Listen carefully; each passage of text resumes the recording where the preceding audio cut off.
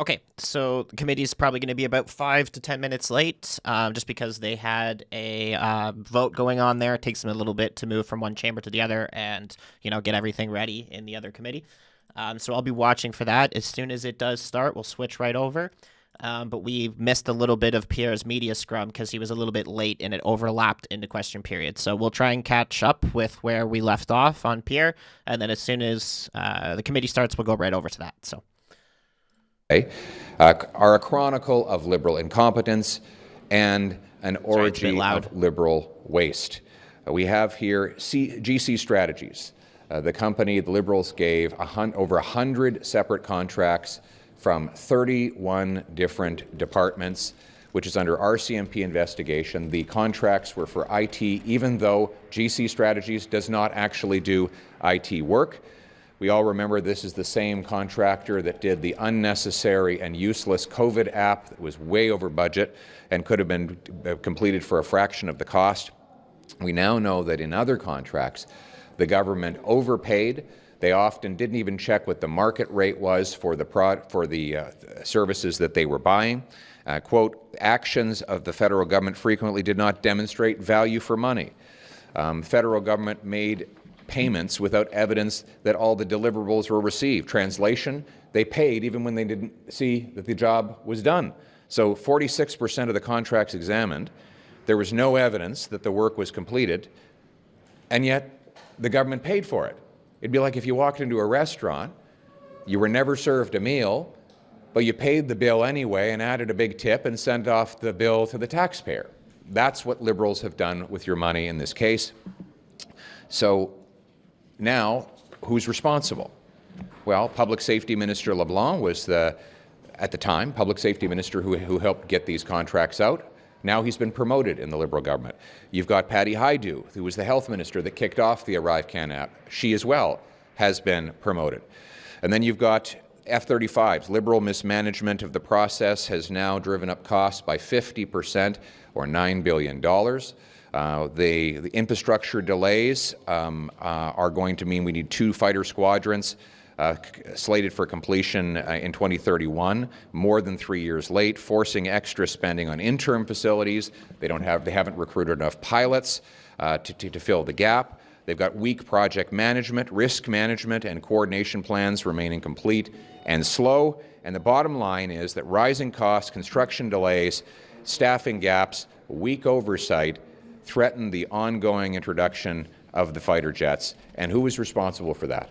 Well, Anita Anand was one of the defense ministers who helped bring about this boondoggle. She has been promoted in this government. So in all of these cases, you have promotions for those who caused the problem. Now, finally, you've got federal land for housing. In the middle of the worst housing crisis in the world, the government has failed to live up to its promise to sell off federal land and buildings for housing. They said in 2017 half of their buildings and land were underused or vacant, and yet only 2% of it has been disposed of for homes. They've built only 309 homes, 90% short of the 4,000 they promised. It takes them 8 years to sell a property. 8 years. You've got $3.9 billion we could be bringing in over the next decade if we sold off these buildings and avoided having the operational costs of them.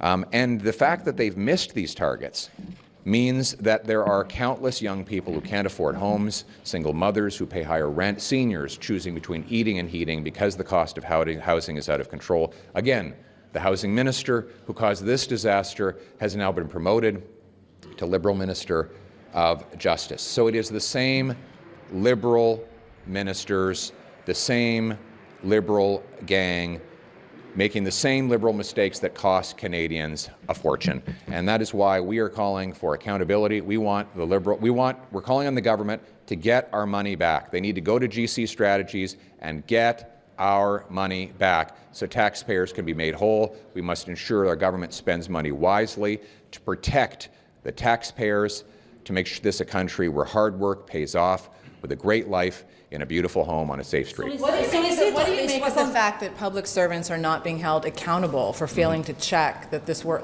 signing these contracts and never checking that the work's going to be done? Should there be punitive measures here? Yes. Well, yes. I mean, anybody who did that should be fired, but the politicians should be held accountable as well. I mean, I just finished listing all of the Liberal ministers that were in charge of these various departments that went ahead and spent this money even though it was unnecessary. I mean, look at Patty Hajdu. We said that the ArriveCan app was unnecessary, and they went ahead and used it anyway. We didn't need it. It didn't do any good, and it cost a fortune. Why was she not held accountable instead of promoted by Mark Carney? Why was Dominic LeBlanc, who was the public safety minister, not held accountable? Why was Sean Fraser promoted after he made these mistakes? This Liberal government is in a habit of promoting politicians who waste people's money and screw up people's lives. Sur les F-35, le gouvernement canadien dit qu'il repense le contrat. On va recevoir les 8 premiers avions, mais pour les autres, à cause de ce qui se passe avec M. Trump, pas certain. Vous pensez quoi de ça et vous feriez quoi? C'est le temps de publier la revue pour qu'on puisse savoir ce que le gouvernement a pris. Évidemment, on a besoin des avions de chasse, c'est sûr. On ne peut pas avoir d'autres délais, on ne peut pas avoir d'autres coûts supplémentaires pour recevoir rien. Donc, on doit voir le résultat de cette revue dès maintenant. Mais vous en pensez quoi? M. Poilievre, est-ce que C5 doit être scindé en deux entre la partie 1 sur la mobilité de la main-d'œuvre et la partie 2 sur les pipelines et bâtir le Canada, comme le propose le Bloc québécois? Nous le discutons demain. Ce qu'on voit qu'avec la mobilité de main-d'œuvre et de produits à travers le Canada, c'est vraiment pas un projet de loi signifiant. Il n'y a presque aucun projet ni travailleur qui sera touché par ça. Donc, cet aspect de la loi ne fait presque rien. En ce qui concerne le reste, nous allons le discuter demain au caucus. With Conservatives spending 5% of GDP on defense spending, that's going to be the new target for NATO. I didn't hear you. With the Conservative support spending 5% of GDP on defense. I don't know any of our allies that are spending that sum right now. I'm aware of promises being made, but I mean, the Americans, I think, are at 3.4. That's actually down from 3.6 because of the DOGE process they brought in. But we want more money for defense. We want to rebuild our armed forces. The other thing we want to focus on is value for money. So let me give you, here we have the report on the fighter jets. There we go. Oh, you got a second one, just in case. Just in case I want to read it twice. He's got a second copy. But here you are with this report. If you have another 10 or 15 boondoggles like this, you can probably hit the 5%. So the question we have to ask ourselves, is the goal to push out as much money as possible, or is the goal to have the best equipped, the best trained, and the best quality of life for our military? And I think it's the latter. Sur les F-35, est-ce qu'on les abandonne? Vous n'avez pas répondu. Est-ce qu'on abandonne This is les the former F-35? chair, and he deserves some credit for bringing this to light. Well, look, I'll just say I'm looking forward to the committee sitting as soon as possible once it's reconstituted later this week. As you know, we brought to light a lot of the findings around ArriveCan. I think the committee work resulted in the government promising to get money back. We want to see how they've done on that. Similarly, I think it initiated a number of the police investigations. We'd like updates on that. We have more work to do on the Green Slush Fund, and today's reports from the auditor give us more work to do going ahead as well. And I'll had our Treasury Board critic as well, Stephanie Kuzi. Thank you. The Auditor General made it very clear that the rules are clear, and yet the Liberals seem to be incapable of following the rules and enforcing the rules. Likewise, this House passed a motion whereby we agreed that we should get the money back, and yet we have yet to see assent from GC Strategies. When are we going to get our money back? When are Canadians going to get their money back? These are questions we still need answers to from this Liberal government. What do you make of the border? What do you make of the border security? What do you make of the border? One thing I should say, she's absolutely right. We need to get the money back for taxpayers. What do you make of the border security bill that was tabled last week, Bill C2? You haven't offered your views on it. Can you give us? Well, we support a stronger border. We want severe limits on population growth to reverse the damage the Liberals did to our system. The population has been growing out of control. Our borders have been left wide open. This has caused the free flow of drugs, human trafficking, illegal migration, and much worse. And that is why we want a stronger border. We want to crack down on abuses in the immigration system, and we want to ensure that that any frauds in the refugee system are reversed. Those are the things we're looking at. But we're also going to study the bill carefully to make sure that long-standing Canadians who are following the law are not having their rights and freedoms violated. Thank you. Okay, perfect timing because committee's starting up. Absolutely perfect timing.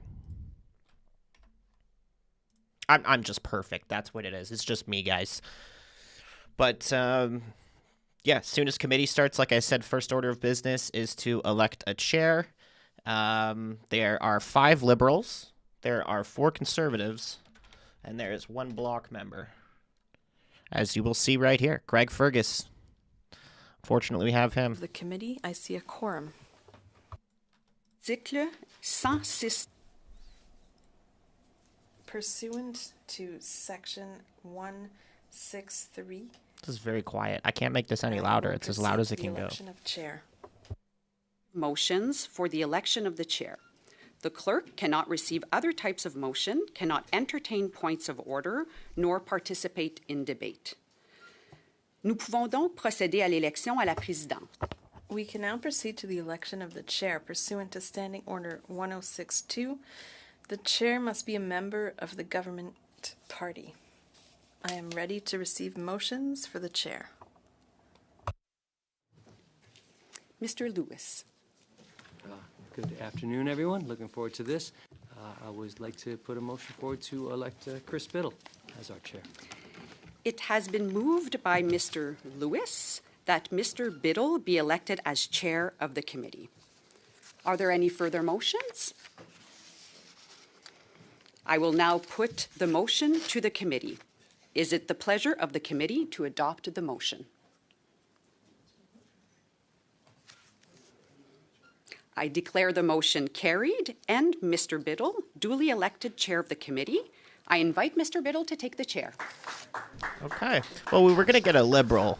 I think he's probably a little bit more cordial than Fergus would have been in the chair. So I guess Conservatives and Bloc, they didn't have the numbers. It would have been tied anyway. So they didn't even bother to put a name forward.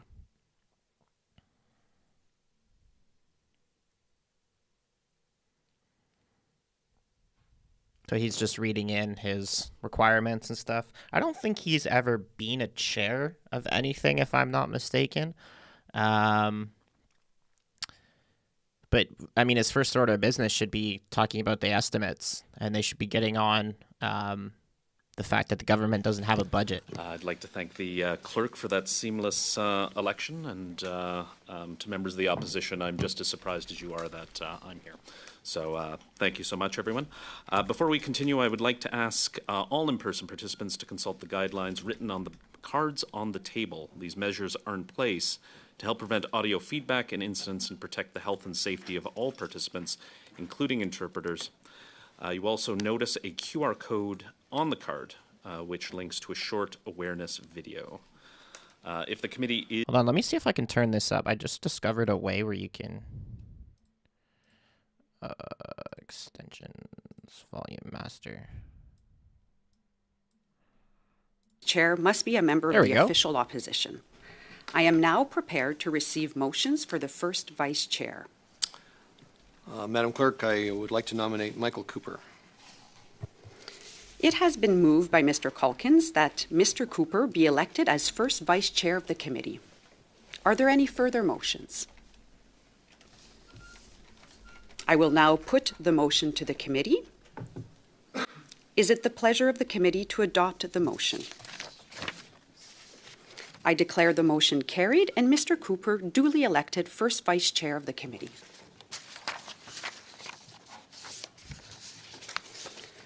Conformément à l'article 106.2, Pursuant to Section 106.2, the first vice chair must be a member of the official opposition. I am now prepared to receive motions for the second vice chair. Madam Clerk, I'd like to move that Christine Normandin become second vice chair. It is moved that Ms. Normandin be elected as second vice chair of the committee. Are there any other further motions? I will now submit the motion to the committee. Is it the pleasure of the committee to adopt the motion? I declare the motion carried and Christine Normandin duly elected second vice chair of the committee.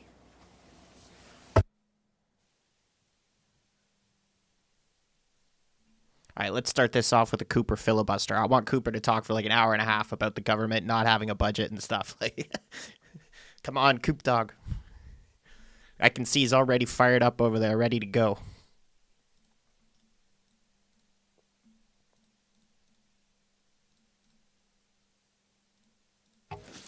Thank you so much, everyone. Congratulations, félicitations to the vice chairs. Typically, we proceed to proceed to the routine motions, looking for to the committee. Madame Kayabaga, if you'd. Thank you, Chair. I just want to start by welcoming my colleagues. My first time on this committee. Very excited to go through this learning experience, and congratulations to you, Chair. I would like to propose a routine motion. So I'm going to read it in, if that's okay with you, Chair. That the three whips be delegated the authority to act. Sorry. Just a second. I think I have the older version. Let me just get the version that everybody else has. I think you might have received it by email. So it reads as the three whips be delegated the authority to act as the striking committee pursuant to Standing Orders 104, 113, and 114, and that they be authorized to present to the chair no later than 12 p.m. on Friday, June the 13th, 2025, in a report signed by all three whips or their representatives, their unanimous recommendations for presentation to the House on behalf of the committee. And I think you do have the French version as well. We do. Is there any debate on the motion? Cooper. Psst, Cooper. Mr. Calkins? Anything, Cooper. Come on. Thank you, Chair. I was kind of expecting that we would deal with the regular, predictable routine motions first, but we can start on page 7. I'm wondering if my colleagues across the way who moved the delegation of the authority of the whips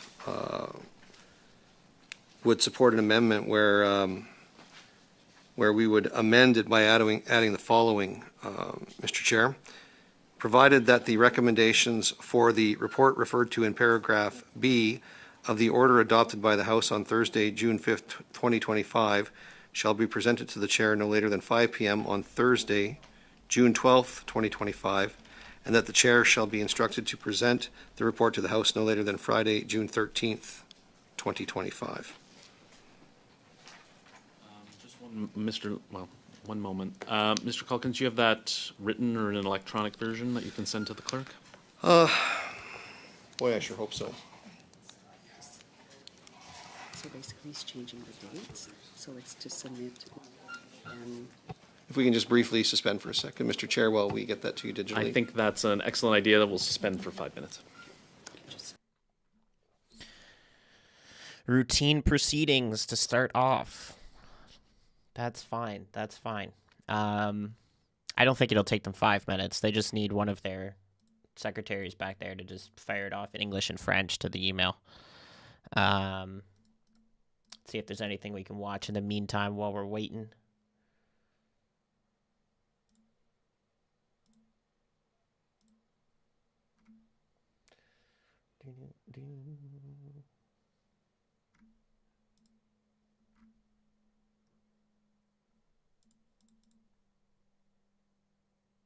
Where's the Queen of Pooh? She's usually in public accounts. And this is PROC. I don't know when public accounts is starting. Let me double check to see if I can see that. I think from what I heard there, they've just briefly mentioned it in the committee that a lot of the committees are going to start to convene on Thursday and Friday. I don't see any other ones besides the Board of Internal Economy that's actually selected members yet. So I believe those should be at the very latest would be starting up on Monday, Tuesday of next week. We might get another PROC before then, but I think they still have to do that in today's committee, is select a calendar and what days and things like that, and costs and whatever. So while we're waiting, I don't see that there's much that we can watch in the meantime. I mean, there was some NDP MPs scrumming before question period, but I mean, they're not even relevant anymore. So I think we just give it a few minutes. Yeah, I checked, and none of the other members have members elected yet. Yeah, I checked that earlier today too. Same here, Savage. I really hope Conservatives can get some good chairs in. And, I mean, we have all the good chairs that were reelected, like John Brassard, Williamson, Macaulay. All those guys are probably going to be sitting back in the same committees that they were before, and hopefully they get chaired in those committees again, because they loved to call meetings.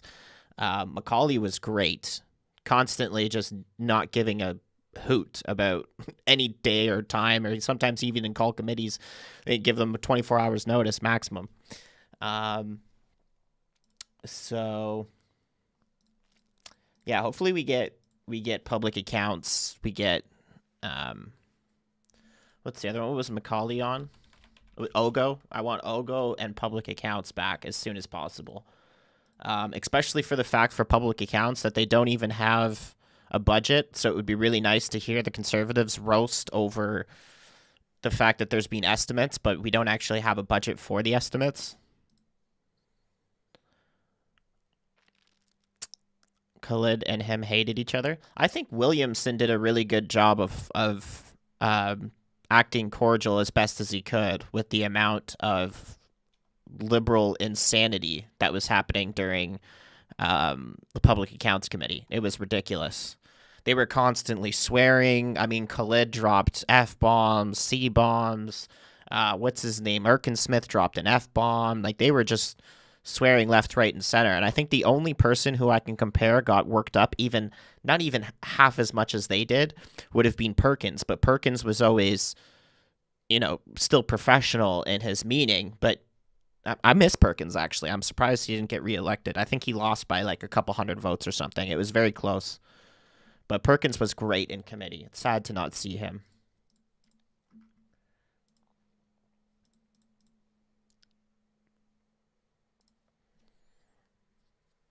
So while we're doing this,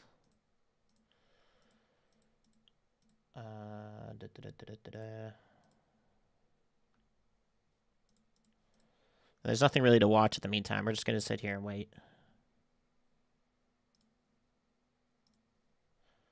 But I'm downloading my clip from the live stream so I can clip it. That's me downloading something. Don't worry, it's not you guys.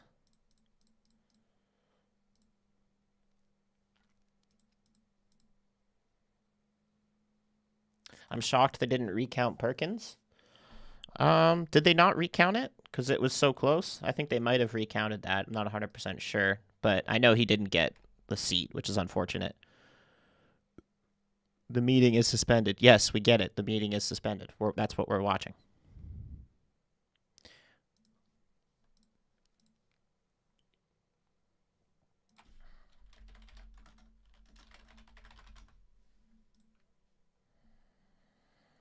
Unfortunately, it was 7,000.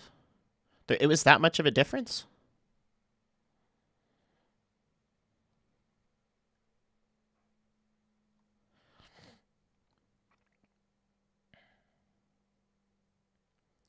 Oh, it was a 7,000 vote difference? I thought it was a little bit different than that, but huh.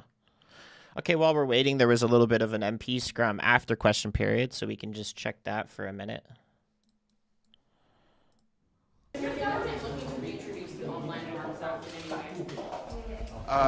Well, we don't speculate about when we'll introduce but I'm trying to understand if you will. Is this even on the government's priority list anymore? You'll have to talk to the minister about it. But we don't know which minister is responsible. It could be the Minister of AI. It could be the Minister of Justice. Right. You're the House Leader. Do you know who the minister responsible is for this? It was the Minister of Heritage in the last Parliament, and I'm sure that that's going to be the place it continues to reside. Quelle prochaine loi est-ce que vous espérez faire adopter d'ici le 20? Quel que je Quel préfère? projet de loi voulez-vous? Ben, si vous voulez me dire lesquels vous préférez, ça marche, là. Faut choisir entre ses enfants, on ne peut pas faire ça. Lesquels vous attendez-vous à réussir à faire adopter? Je pense qu'on a été très clair sur le projet de loi sur see if I can skip past the French l'économie part. canadienne. Donc, Are you prepared to sit over the summer if Bill C5 doesn't pass by the time the House rises? well, I don't like to answer hypotheticals, but suffice to say that's a very, very big priority of the government. But why try to fast track it given the amount of concerns, given the fact that there is no committee to necessarily study this legislation yet?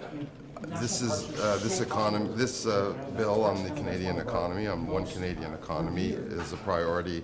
We discussed it in the election campaign, secured a mandate to implement this legislation, discussed it with the premiers and the territorial leaders, and it's a very real priority in response to an urgent set of economic circumstances. But there are opposition parties that want it studied, that want you to take time with it, and the AFN is voicing big concerns, so why not take more time with it? Look, we're obviously very responsive to all commentary, but this is a priority of the government. We have a mandate to move forward. Est-ce que vous pourriez aller jusqu'à limiter le temps des débats? Vous avez vu le calendrier. Les F-35 coûtent trop cher. Est-ce que vous pensez que c'est une bonne idée de fabriquer les investissements en défense qui ont été dans le secteur défense? Si les F-35 coûtent trop cher. Holy French. C'est pure steel that we may not be able to produce domestically for defense. Sorry again. I couldn't hear the beginning of your question. Some specialized metals needed for defense. We may not be able to produce. Simultaneous okay. translation. Committee's back. Should be able to provide the French version as I read in English. That the motion be amended by adding the following. Provided that the recommendations for the report referred to in paragraph B of the order adopted by the House on Thursday, June 5, 2025, shall be presented to the Chair no later than 5 p.m. on Thursday, June 12, 2025, and that the Chair shall be instructed to present the report to the House no later than Friday, June 13, 2025. Is everyone clear on motion? Mr. Fergus? Or sorry, Mr. Calkins, were you finished? I apologize, Mr. Fergus. Well, I normally would appreciate an opportunity to speak to the proposed amendment. I think everybody understands what the amendment is attempting to do, so I won't belabor the issue other than just saying this provides a little bit of rigor on the timeline so that the committees of this House can be assembled and struck in a timeline that I think every member of this committee can support. Thank you. Mr. Fergus?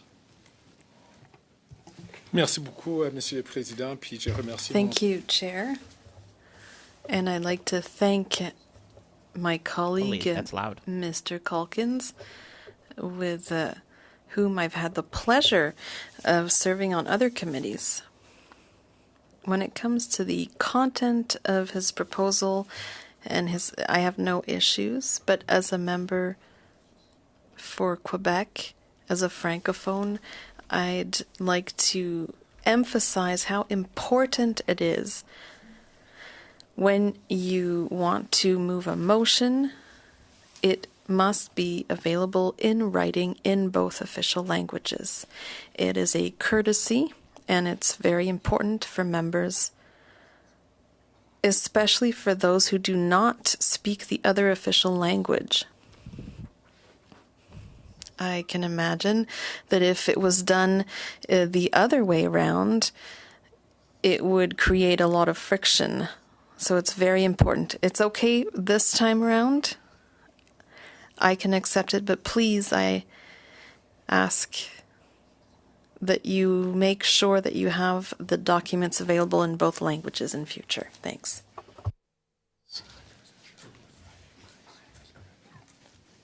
One moment.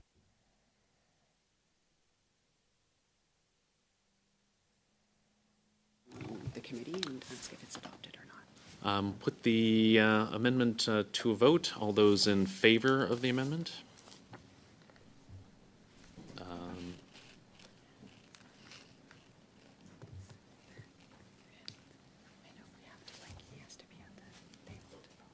It's okay. It's carried.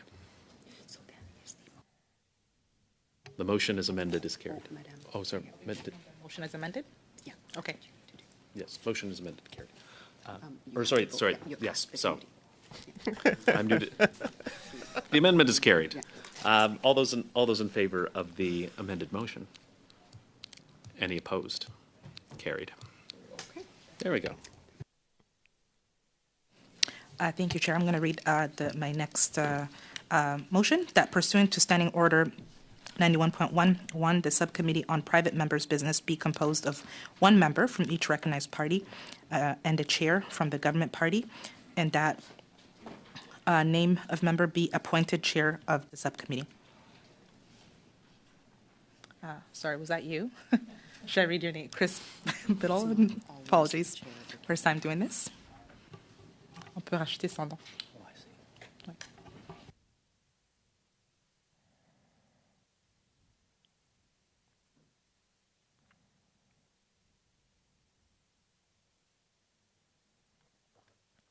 Yeah, it is his first time as chair.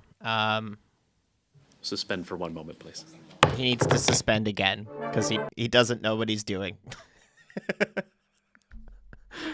Oh, Lord.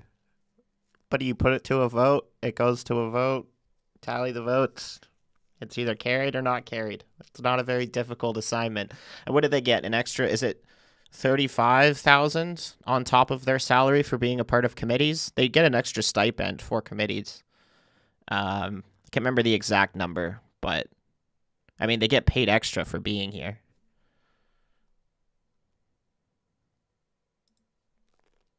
He didn't even say for how long to suspend. He's just like, we're suspending.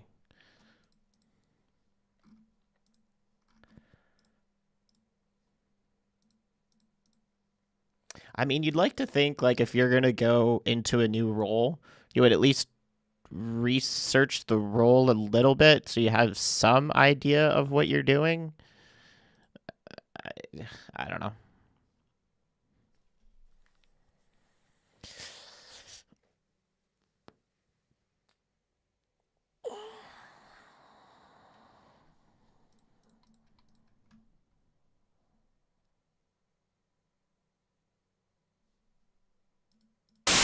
Anything further? Whoa. My ears.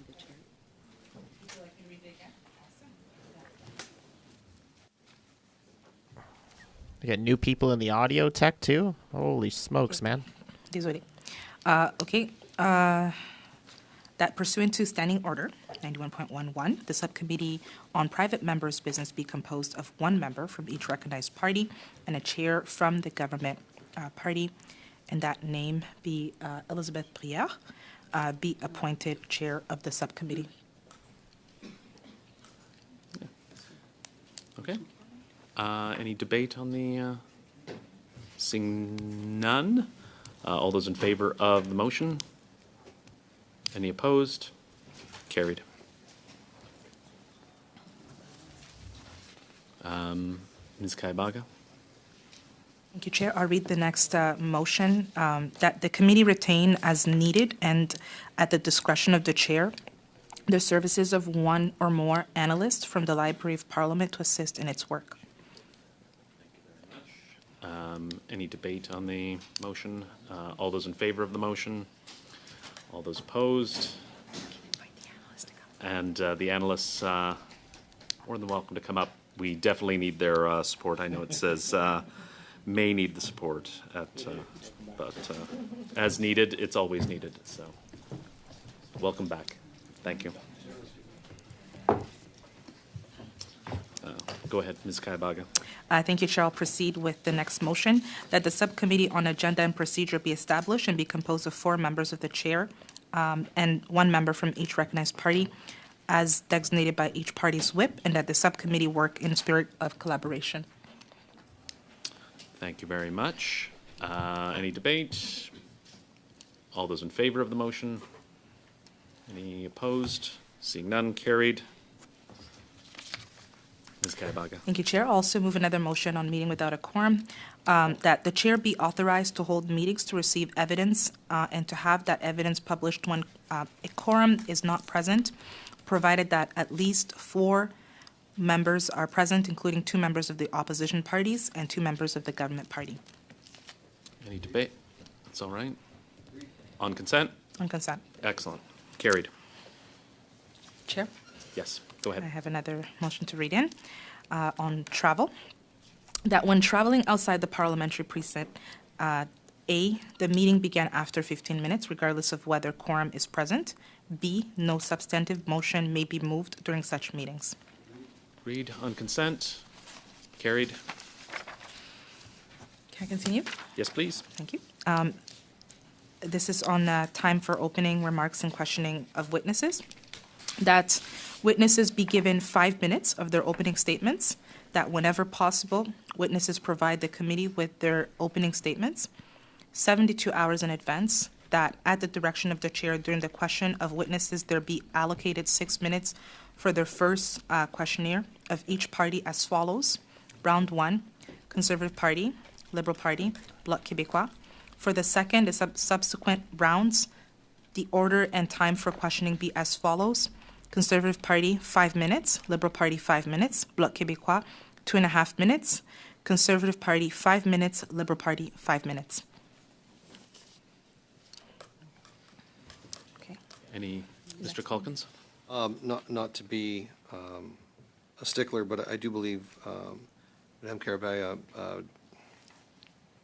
Kayabaga, I'm sorry, my apologies, said a direction instead of discretion when she was reading it. I just want to make sure that it follows the text that I've got here at the discretion.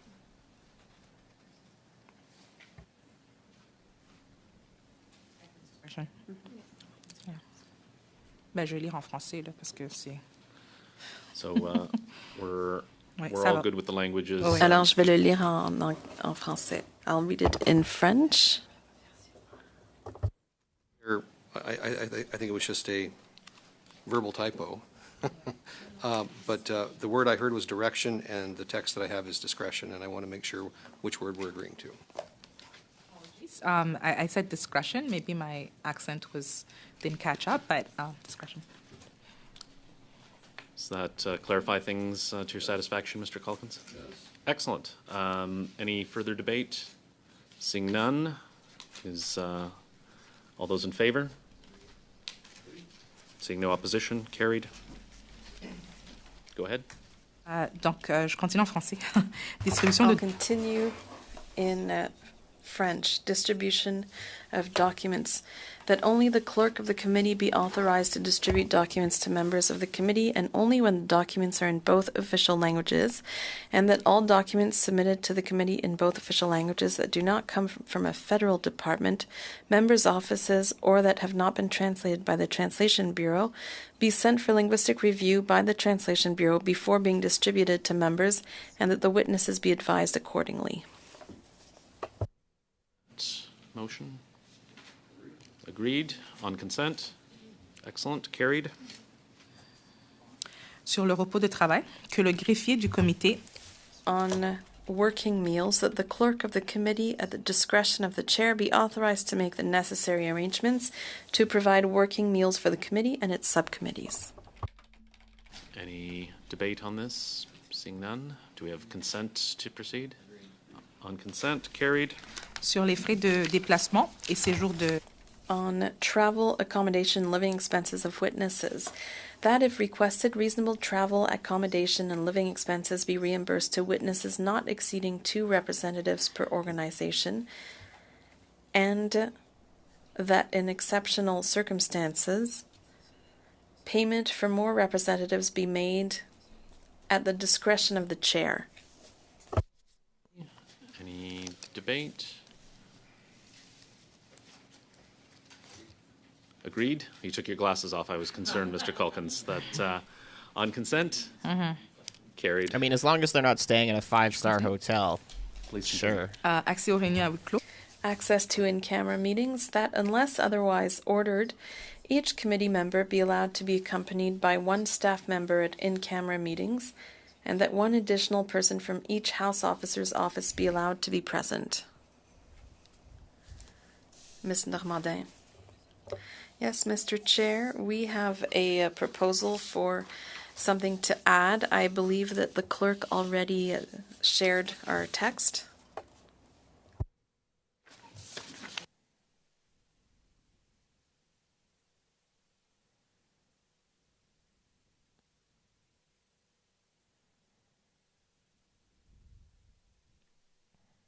Gold floor for all at the Fairmont.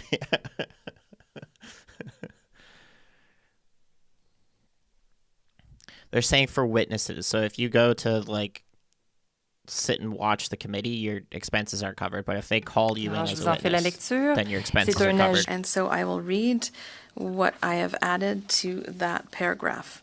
That during in-camera meetings, committee members may be informed by the committee chair of the MPs who've been designated as substitutes for permanent members in order to know which MPs are authorized to speak and vote during committee meetings. That only those who have been recognized and identified as such be authorized to speak in keeping with the usual agreed rules of order and decorum. Thank you.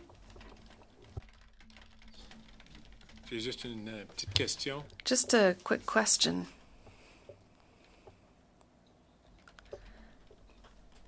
When there are replacements that occur during the meeting,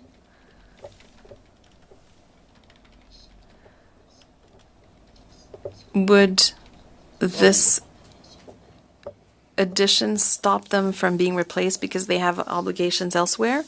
The way it's drafted doesn't stop that possibility. We just need to know which members have the right to speak when there's a substitution, so that there are no changes that happen without notice. There might be people online and in person, and we may not know who is subbing in for somebody else, so we want to know who has the right to speak through the chair.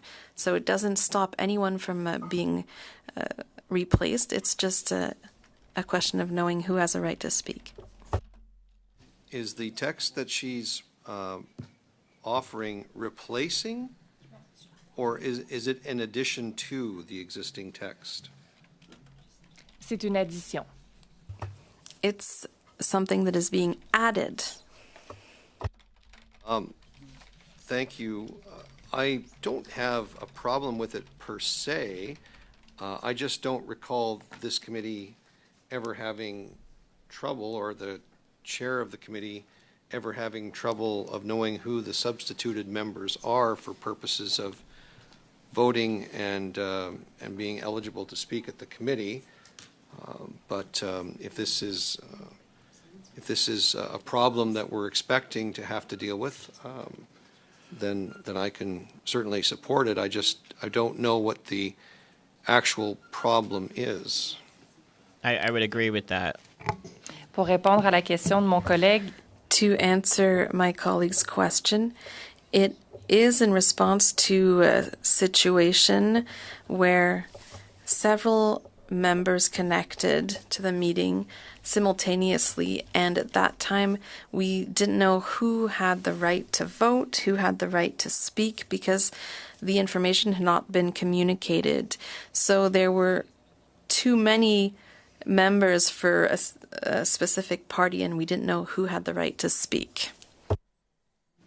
But that's easily clarified.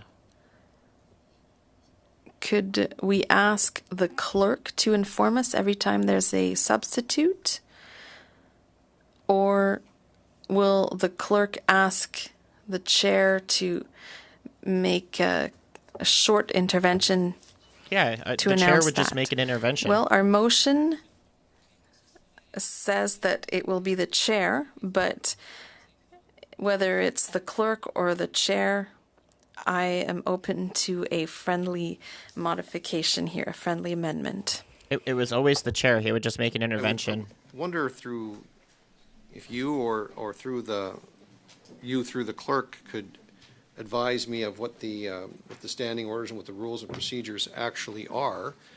It's one thing to be able to vote at a committee, and I don't know if those rules are exactly the same for being able to speak or ask questions at the committee.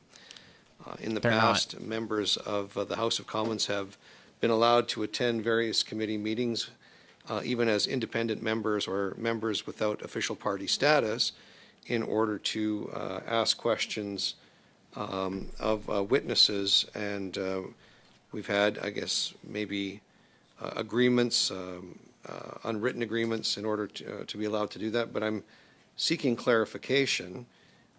If the rules about being able to question witnesses or take the floor are the same as the rules when it comes to being able to vote on a question put before the committee. I think those are different. Go to get you that information if we go to Madame. I don't have the exact standing order, but you can come in and ask questions. Like, for example, we had a Green MP come in last time. You know, what was the bald dude's name? I can't remember his name, but he came into a couple committees last year and asked questions, but he wasn't able to vote. So I think that should clarify any question regarding if they can attend or if they can attend and vote. Those are two separate standing orders. Meetings that are not in camera, our proposal would not apply.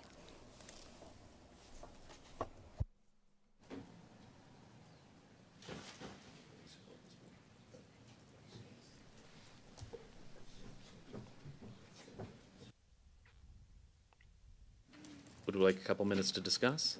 No?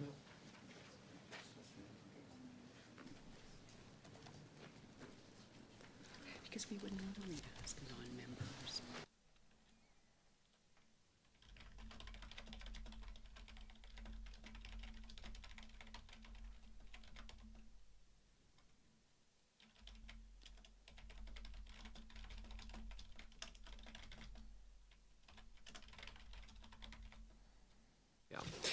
Thank you, Mr. Chair. I'd just like to seek clarification on the scope of this amendment. Standing Order 119 provides that a member, if recognized by the chair, can speak at committee. Even if they're not a member of the committee, they would not be able to vote. You indicated this would apply to in-camera meetings, but for example, if we convened as a committee, as a whole committee, and a motion was moved to move in camera, would this amendment apply such that only members or official substitute members would be able to speak? Because that would seem to infringe upon Standing Order 119. Ma compréhension de la motion, c'est qu'elle n'empêche pas. My understanding of the motion is that it does not stop members from speaking. We only ask that they be identified so that all the other members of the committee are aware of who is a substitute member. So there's no stopping people speaking. We're only asking for the communication of the information on who is eligible to speak. But that's based on a standing order. You wouldn't need to clarify if you know who's there, who's attending. And if there's substitutions, the standing order prevails. I don't understand what she's asking. Is she asking for the chair to inform you when you're there of the standing order that's already in place? So that we're on the same side, because I think what you're just to clarify it, because on one hand you're saying anyone can speak, but in the writing of the motion, you're saying only those authorized to speak. Is that running counter to your interpretation of the motion? And will we run into problems moving forward? En fait, dans la mesure où il y a un certain nombre. Well, if there's a certain number of members who can be present at the committee, by extension, we can't have 40 people from one party sitting at the table authorized to speak at the same time. So it's not a violation of parliamentary privilege. We know there have to be 5 Liberals, including the chair, 4 Conservatives, and 1 bloc member. It's not a violation of parliamentary privilege. The motion just says that if there's a substitution, we have to be informed of the fact. It is not a way of blocking a member from speaking. It's just a way of informing the members of the committee about who has the authority to speak pursuant to the orders. Why does that matter? Why is that an with issue? Your hand up. And I've seen circumstances in which one side of the table may be full of members and different people speaking at any given time, points of order, and that type of thing. Are you saying that we keep the certain number of individuals at the table and they can sub out as needed, but we're always aware of who's... That's the purpose of motion. Okay. Mr. Fergus. Merci pour cette clarification. Thank you for clarifying this, Ms. Normandin. I think this is just common sense, and I support your amendment. What, did you want an email? Do you want a sticky note written to you that there's a sub coming in? Why does it matter? The party is there, and whoever acts on the party's behalf doesn't matter. They can be subbed in and out as they need. Certain members have certain things to do at different times. I don't get it. I don't understand why she's asking for, like a written notice of substitutions? Who cares? As long as there's 5 Liberals, 4 Conservatives, 1 bloc, what's the difference as to whose member is there at the time? It's absolutely ridiculous. They're making it more complicated than it needs to be. Exactly. She's literally just asking for some sort of pre-notice. I mean, you can sub members in and out, as far as I'm concerned, even 5 minutes before a committee. She probably won't even, if she sent an email and notified of it, she probably wouldn't even read it at that point. And what is she going to say? Oh, I wasn't notified, so they can't sub in. Sorry. No, the standing order allows them to be subbed in. Debate on the issue? Seeing none?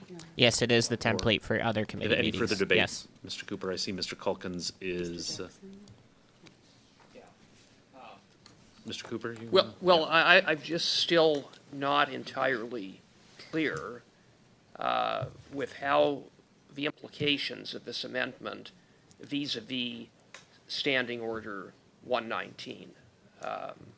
So could Madame Normandin perhaps provide, maybe address that? And I realize it's a bit of a technical point, so perhaps I invite the analysts to just address my concern that this amendment could conflict with Standing Order 119.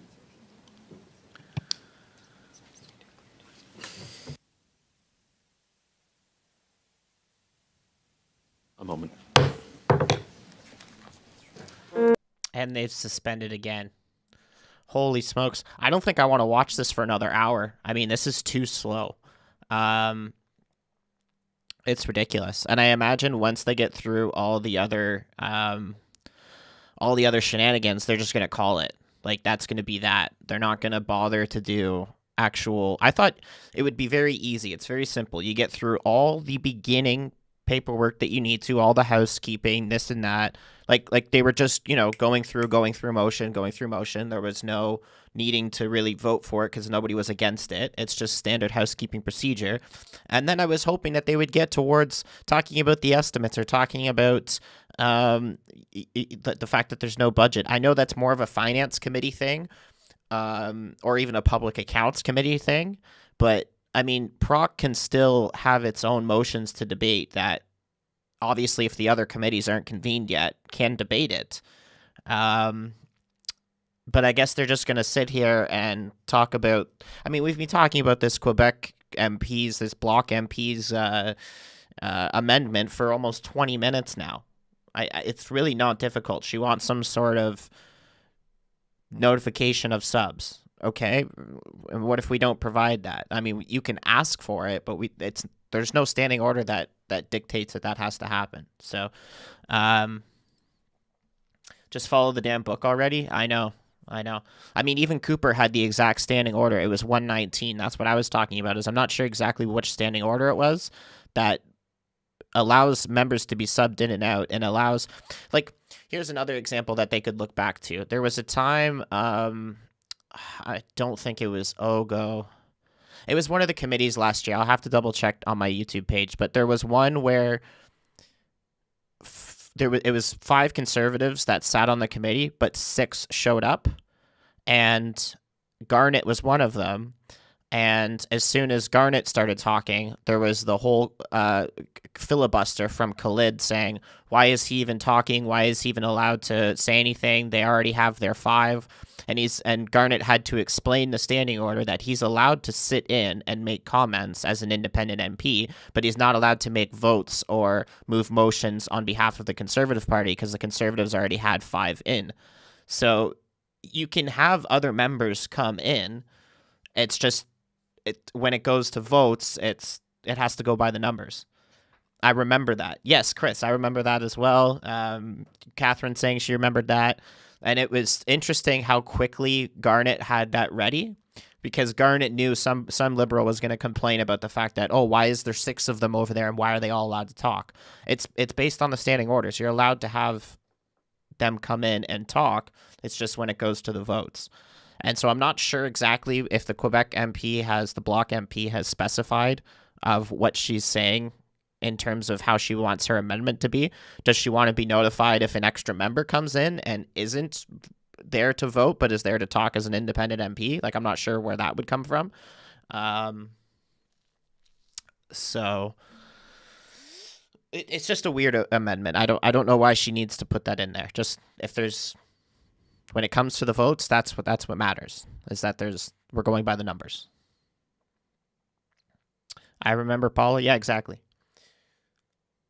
So, I mean, we'll watch this for another little bit longer, but I'm not going to sit here for 2 hours. We've already sat here for an hour watching nonsense, but I really just wanted to see who the chair was going to be.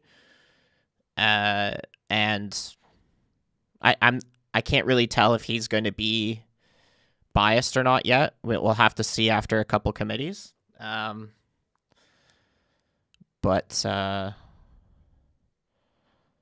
Yeah, I didn't expect this to be much anyway. Every committee for the first committee shouldn't be much. It should just be housekeeping, and then once they get into things. But the problem is the House only has next week, and then they stop sitting for the summer. I'm laughing. You know more than they do about this. How does this happen? Well, I watch all the committees. I think there's like 1,600 videos on my YouTube channel. Like, I've watched every committee pretty much, even the women's committees we've watched and things like that. So I'm pretty familiar with how parliamentary procedure is supposed to go. Any further debate on the issue? Seeing none, all those in favor of the motion?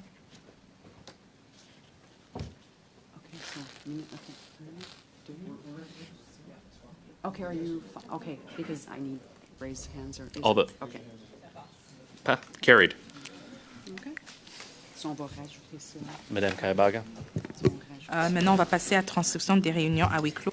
And now we're going to move to transcripts of in-camera meetings. That one copy of the transcript of each Amendment has carried. All those in favor of the motion as amended, please put up your hand. Carried. My apologies.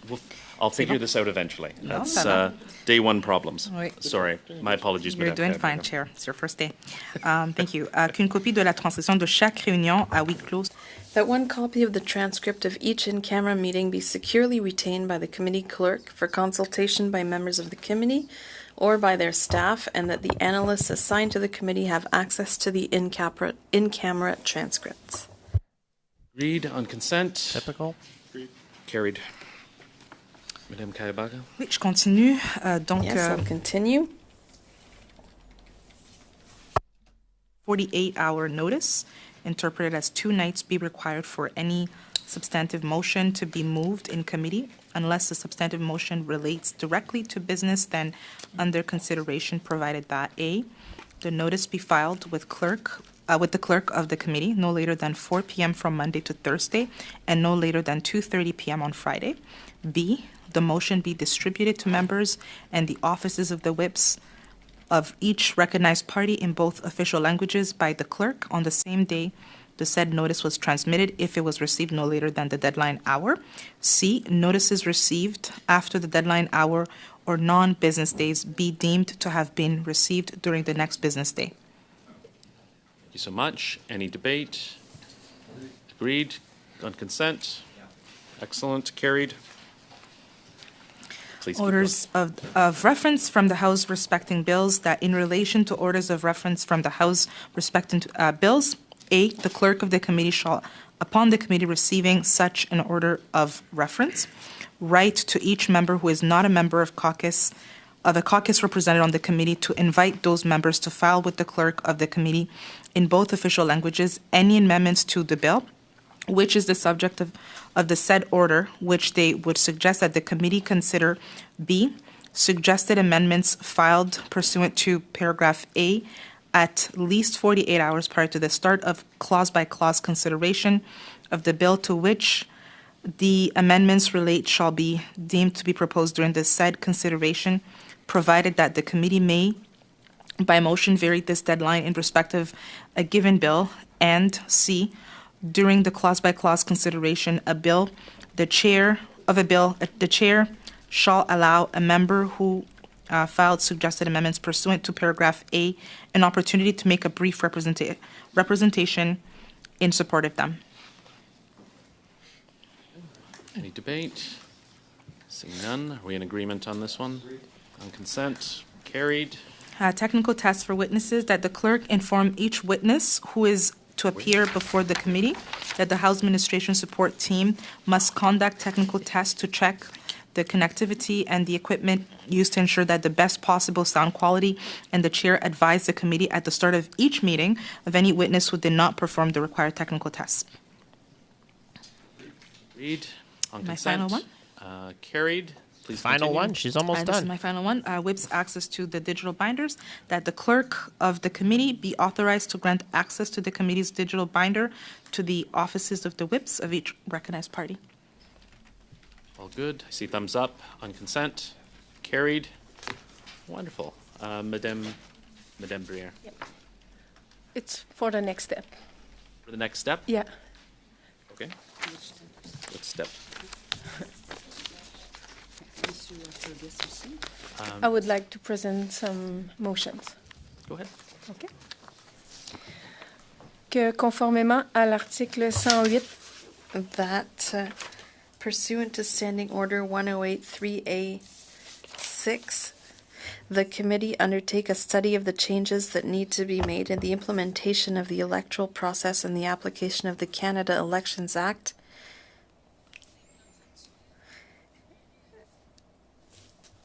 The interpreter does not have the motion in the booth. 8.3AE. Oh. Sorry. Do we have a copy of that, the first motion? Yeah. If we can suspend for a moment and we can get a Okay. copy. Perfect. Thank you. Okay. I'm going to watch this for 20 more minutes. They're finally getting to a bill.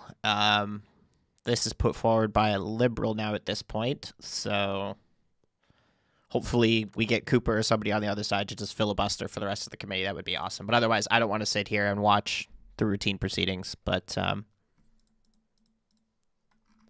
kind of feel like I have to. I almost feel obligated because I learn a bit more on the procedures and things. Like there was that one time, I don't know if you guys remember this, where Perkins, this was awesome.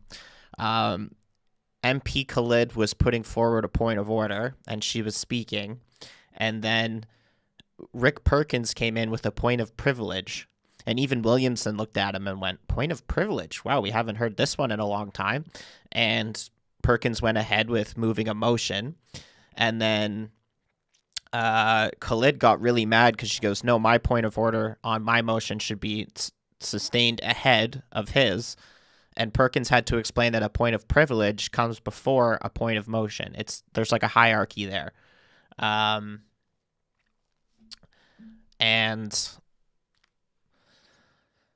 yeah, I don't know why that came to mind, but it was like little things like that where watching committees and stuff make you kind of learn how the procedures and how committees work and things like that. It's kind of like learning the Green Book without having to read the Green Book.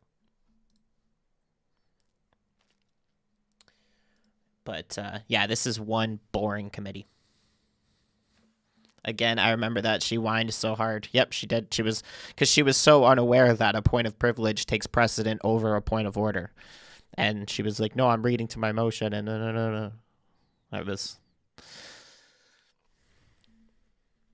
That's why I want public accounts to return as soon as possible.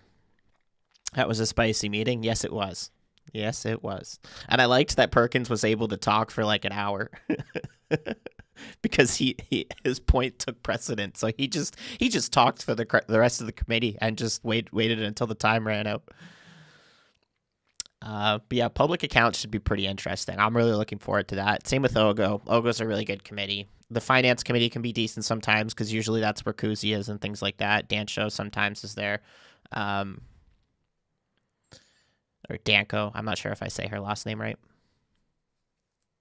I imagine Khalid will be on the public accounts again. I mean, I wouldn't be surprised. She'll have to be on some committee because then otherwise you'll hear her whining about how, she's not getting represented and this and that.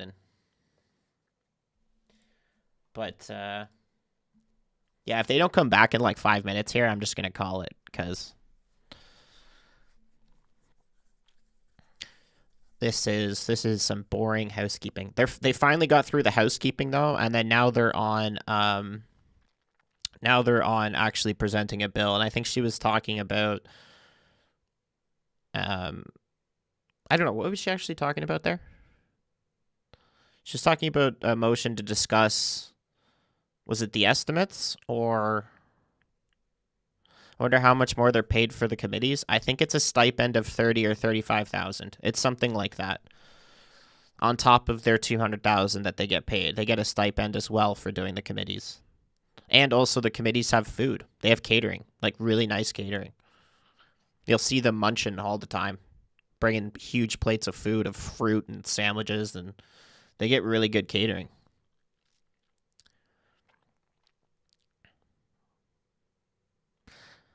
That drove Khalid nuts. Yeah, exactly. And I figured this was going to be a boring committee meeting today. So did I. I still want to watch it anyway, just to see who's getting chairs for each committee and things like that. But yeah, we'll give them a few more minutes here. If not, then question period's always good. We'll be live for question period tomorrow as well. No committee tomorrow, but I think the next one's Board of Internal Economy, and that should be on Thursday morning. So I'll cover that. That'll be at 11 a.m. Eastern Standard Time. Those are usually boring too, but I'll watch it anyway. I want to get all the first committee of every committee, and then usually we just stick to like PROC, OGO, ethics, and public accounts. Like those are always the good four. It's only $12K for committee. Are you sure? I thought it was a bit more than that. I could be wrong. Maybe is it the chair of the committee, or am I confusing that with being in a ministerial role? Ministers get $35K, don't they? Extra? What's the extra stipend for a minister then, Chris?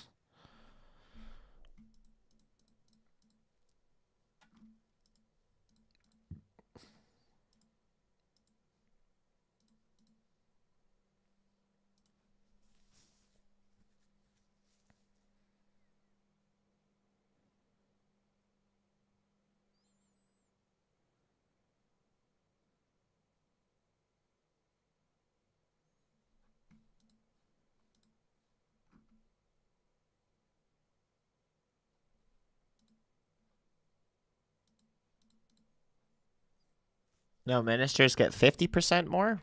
I don't think... Wait, let me double check this.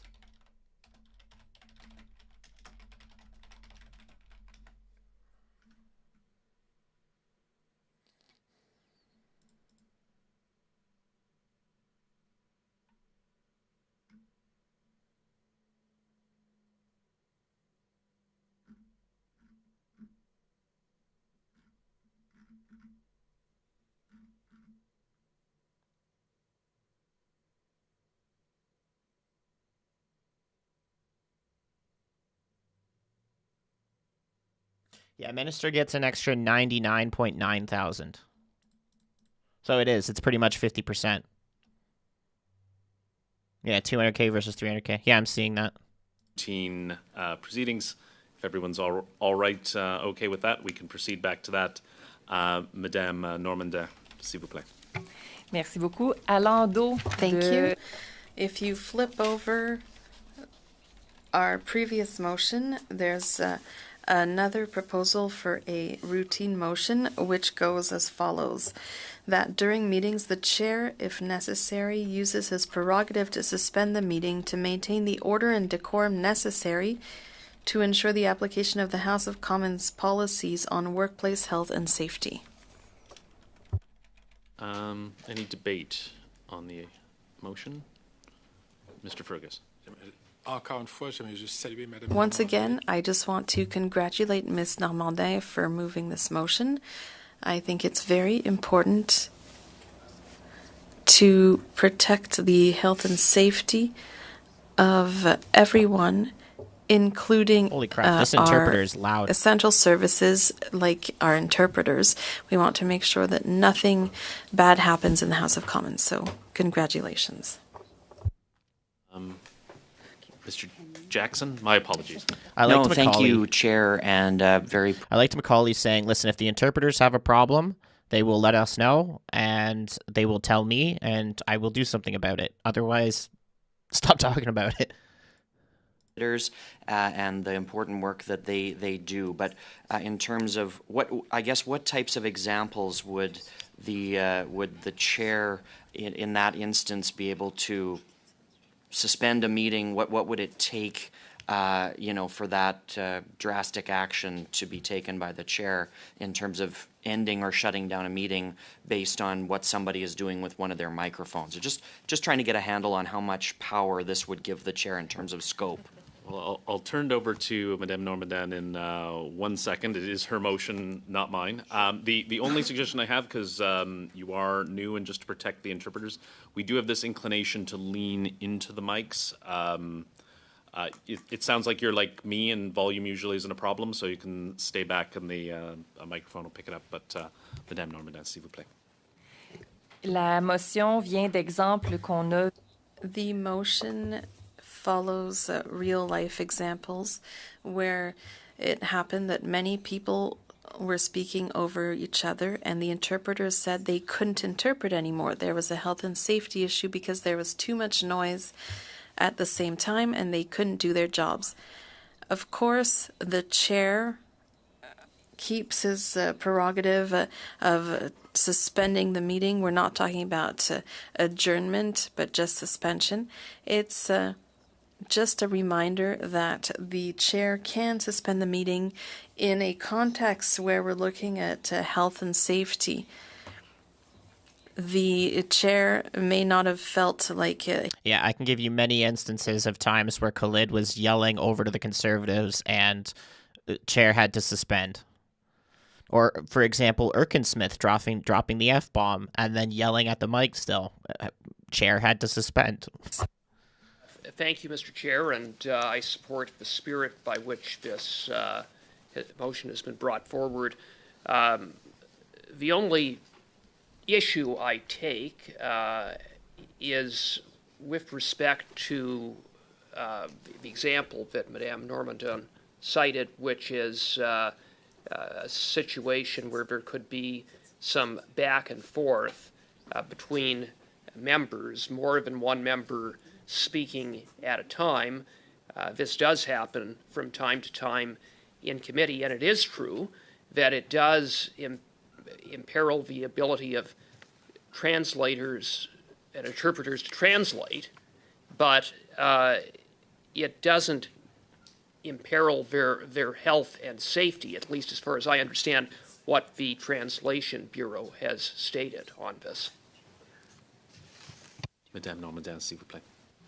À tout le moins, si les interprètes. Well, at the very least, if interpreters are no longer able to interpret, it is a violation of parliamentary privilege to not have access to the interpretation. It could have been added to the motion, but in any case, there's an issue when interpreters are unable to interpret, whether it's for decorum reasons or health and safety reasons, I wouldn't want us to have to ask interpreters every single time, does your health and safety allow you to continue? That puts a lot of pressure on them. They do an exceptional job, and often they interpret in extremely difficult circumstances, and it's only when they've reached their absolute limit that they let us know. So the goal is to protect their health and safety and to make sure the chair feels that it's legitimate to suspend the meeting in these circumstances.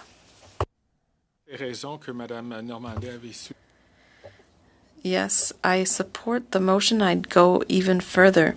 I had the privilege of being the Speaker of the House, and one of my roles was to be the administrator of our employees, and I can assure Mr. Cooper that there have been incidents where interpreters' health was endangered. Their tools are their ears, and we have to respect them. In addition, it will allow us to have a calmer and healthier debate, which I think is to the advantage of all members. Thank you. Mr. Lewis. Thanks, Chair. I've got a bit of a grammar question.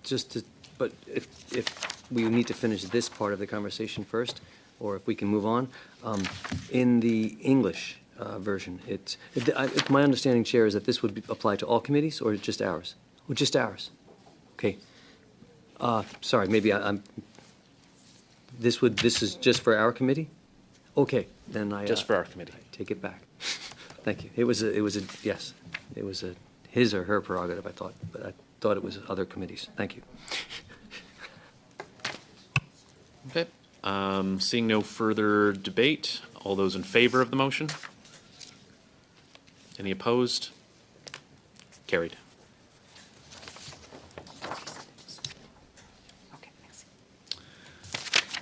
And now we'll move.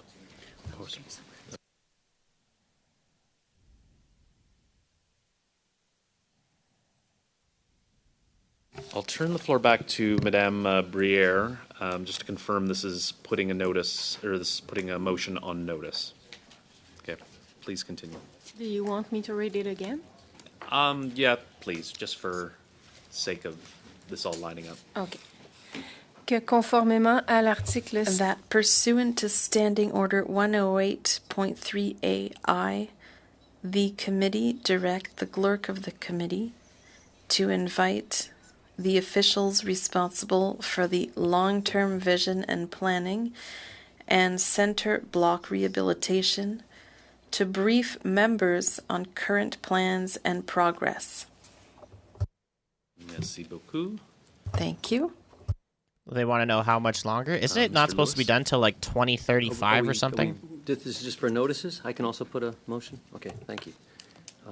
Would like to table a motion that says that pursuant to Standing Order 108.3a, subsection 3, the committee direct the clerk the committee direct the clerk of the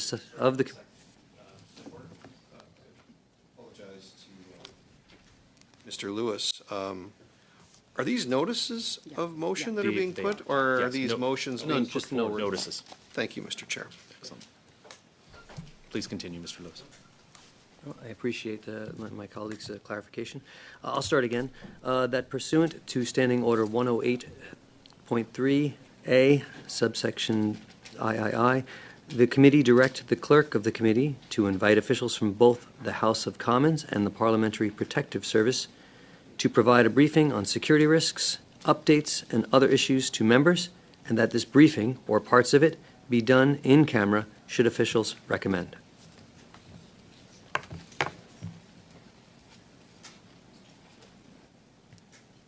Thank you so much. The clerk will be sending an electronic version of this. I know we do have a copy, but we'll have a more formal notice provided tomorrow. Mr. Fergus? À mon tour de présenter aussi. And my turn to put notice of motion forward that pursuant to Standing Order 108.3AI, the committee direct the clerk of the committee to invite the Speaker and House officials for an update on the House and its related matters. Much.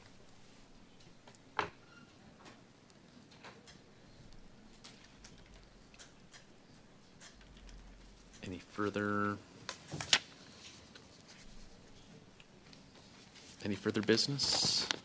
Madame Norbazel? J'aimerais I would like to move that we debate the following motion. It's a motion that has to do with the 45th general election, which goes as follows. Oh, here we go. Finally, have we something. Circulated copies? I understand that you have a copy already. I'd like to debate the election. I'd love to know why Elections Canada didn't allow mail-in ballots for several ridings. I'd like to know that.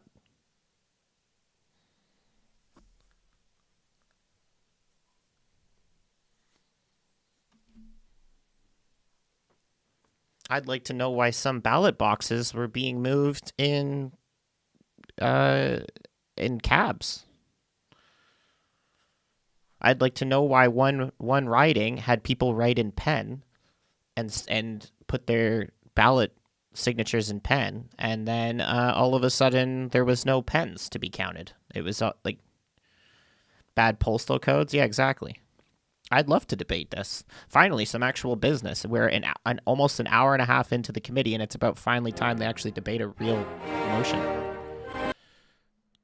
Okay, now they're playing music. They didn't even say they're going to suspend, and then they just went and suspended.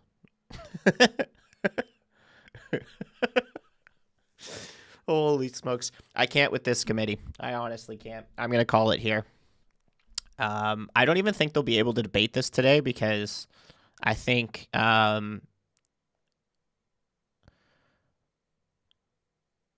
don't know. I don't think there's actually, now I'm trying to think if there's any actual rules to stop on the first day debating a motion. But I think they would have to vote on the debate if they're going to debate it and then debate it.